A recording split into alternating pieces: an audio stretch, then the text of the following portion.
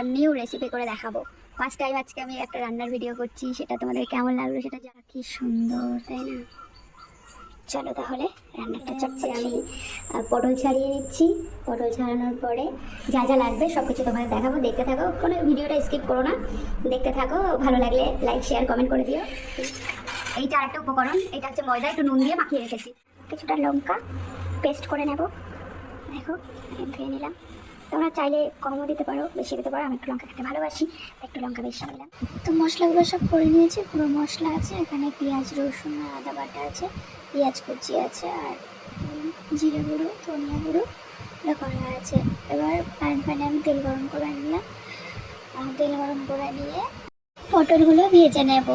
Complete হয়ে গেছে, দেখো সুন্দর করে ভেজে নিয়েছি। আর একটু হালকা করে ভেজে নেব, ভেজে নিয়ে এগুলো নামিয়ে তারপরে মশলাগুলো কষিয়ে নেবো, তারপরে এগুলো দেবো।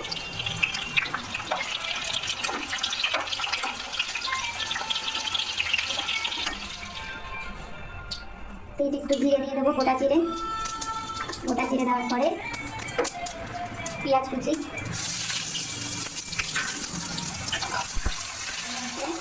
এবার আমি এর মধ্যে দিয়ে দেবো আমরা দিয়ে দেবো এর মধ্যে।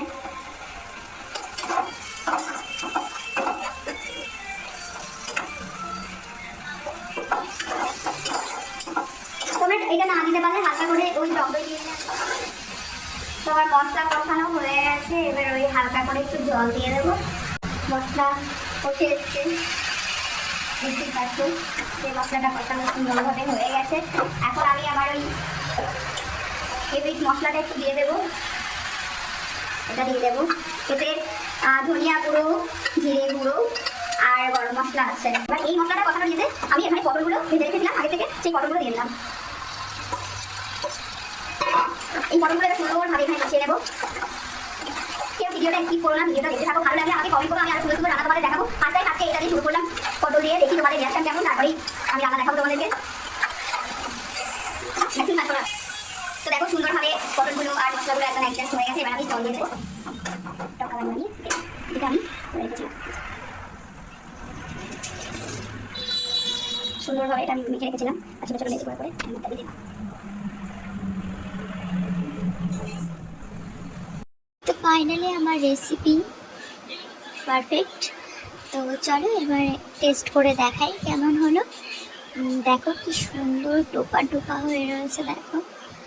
আর ভীষণ সফট, এগুলো একদম খেতেও দারুণ।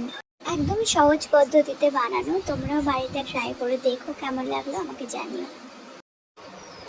আমার তো ভালোই লাগলো, তোমাদের কেমন লাগলো সেটা আমাকে কমেন্টে জানাতে ভুলো না। আজকে এইটুকু, বাই বাই, টাটা, সবাই ভালো থেকো।